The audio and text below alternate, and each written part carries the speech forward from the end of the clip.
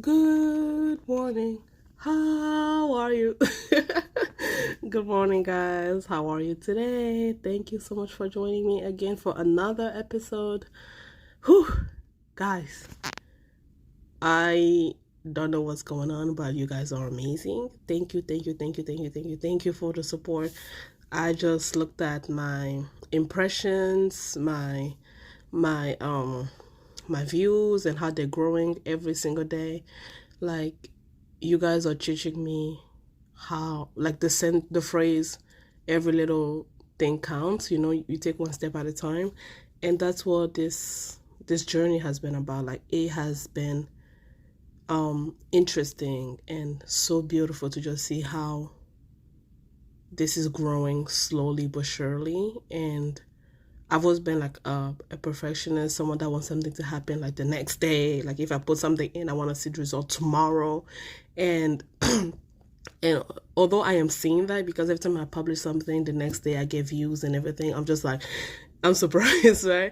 Although I'm seeing that, but I am also enjoying, and it's also like a personal development for me. I am enjoying just seeing the small progress, just like a day at a time. It's like, it's beautiful. It's honestly beautiful. So thank you for being with me on this journey, for listening to my voice. To be honest with you guys, like, I don't like to record myself.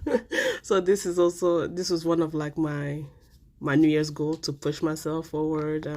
I was thinking about doing a YouTube channel, but like, I honestly don't like to videotape myself either. So I'm just, yeah. So one step at a time, one step at a time. So this vlog is definitely one step at a time. Today's my last day in DC. It's been amazing. It gave me a lot of ideas for content. So in the next couple of days, I'll be like recording a lot. I'll be sending a lot. I've realized that when I publish things every single day, sometimes it takes you a while to kind of figure out what to listen to, because in a way my podcast episodes are like in chronological order in a way.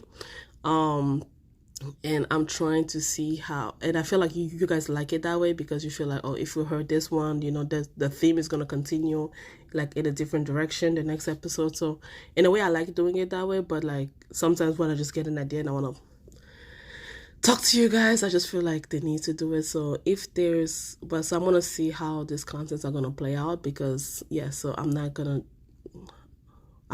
start producing it in chronological order, especially if an idea comes like on a whim. I just want to be able to like say it. So yeah, so there's gonna be a lot of content produced. I am so excited to be in DC. Like, if you listen to my last episode, like, you guys know how much DC means to me as somebody who studied politics and international relations.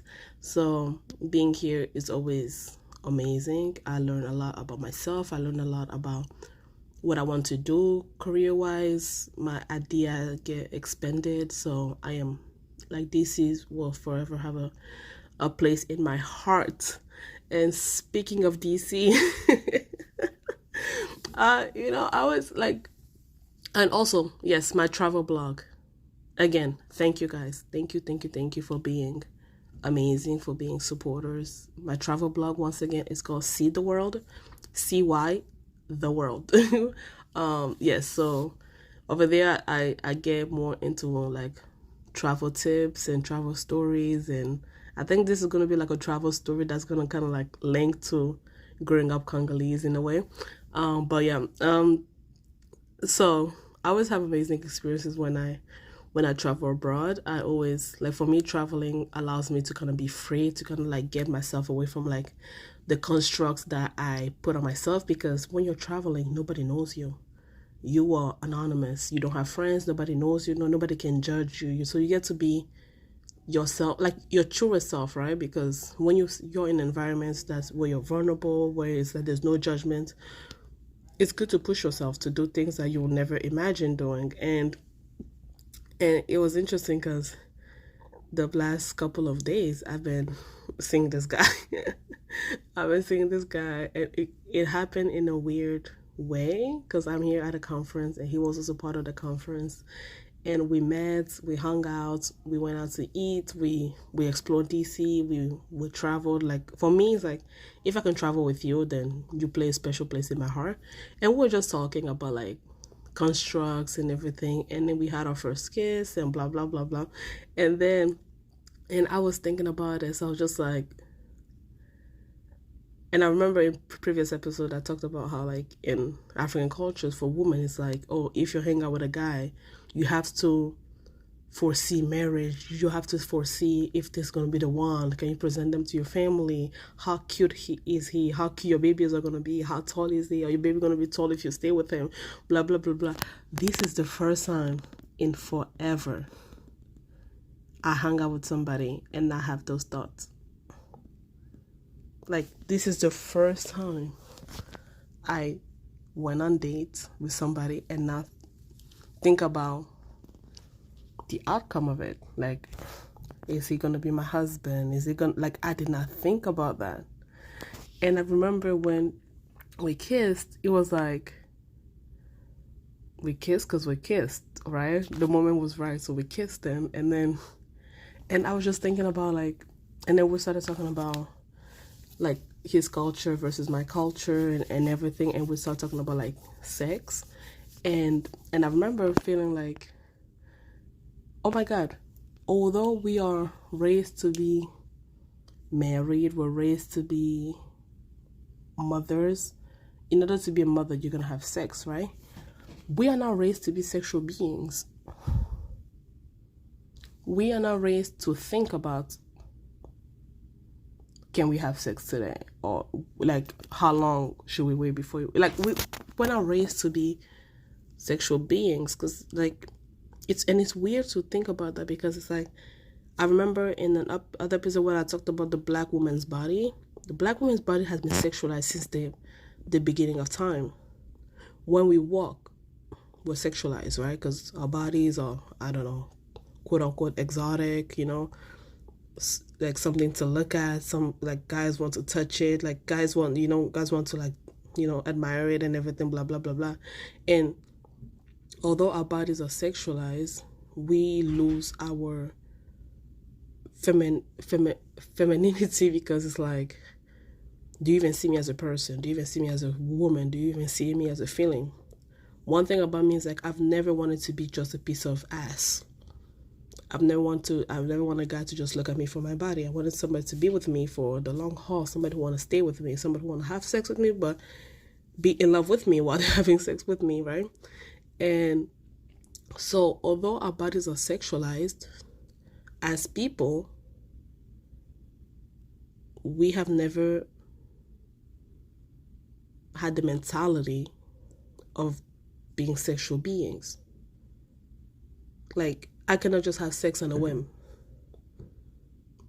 One night stands, like, scares the hell out of me. And also, as a person, I'm very, like, I'm a germaphobe, so I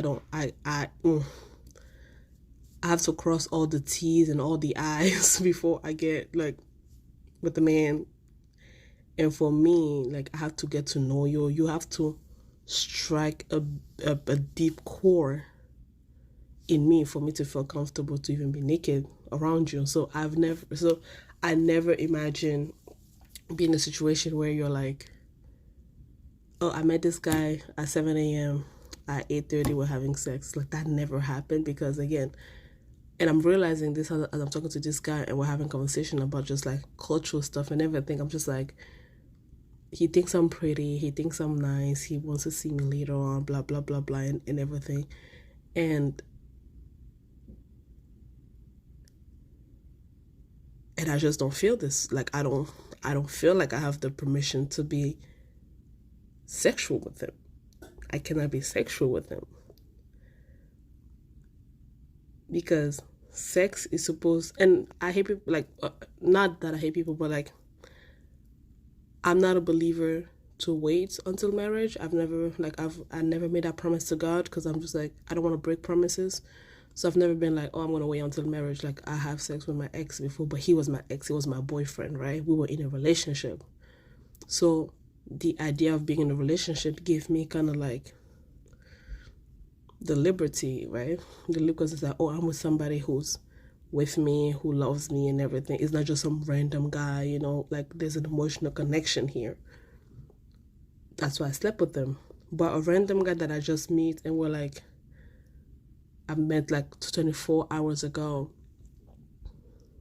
and to get sexy with him is like, and it's funny because they say your 20s where you're supposed to explore, you're supposed to have your sexual revolution, blah blah blah blah, and I think that's what the two culture clash, right? Because on one hand you're like, yes, as a Western girl, like, yes, I want to feel liberated sexually, I want to have, but then it's like I walk here with sort of the mentality of like, and then I'm like, as I'm walking, I'm thinking, like, I'm realizing, I'm like, shit, I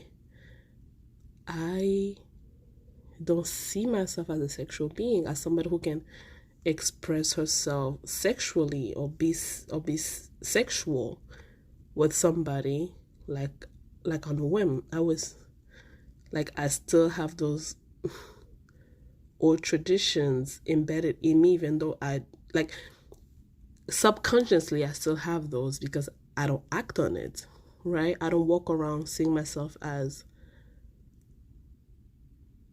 somebody who can just, like, have sex with them. And do you see how confused I am? Do you even understand how confused I am? Because, like, on one hand, I'm a beautiful girl, like, guys are attracted to me and everything, and when it comes to sex, I just feel like, no, like, because then your brain is like, oh, are you just saying that because you want sex from me, right? Because that's what one of my pet peeves with men. I just don't want to be a sexual object to you. But there's a difference between being a sexual object but also being sexually liberated, right?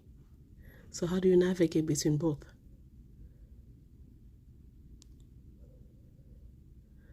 Because this guy, like, he was cool and everything, we kissed and he felt nice and everything, but I'm just like, I was paranoid about going all the way with him, because I'm just like, am I just going to be a piece of ass? Or can I even be free with him? Is he even mine to be free?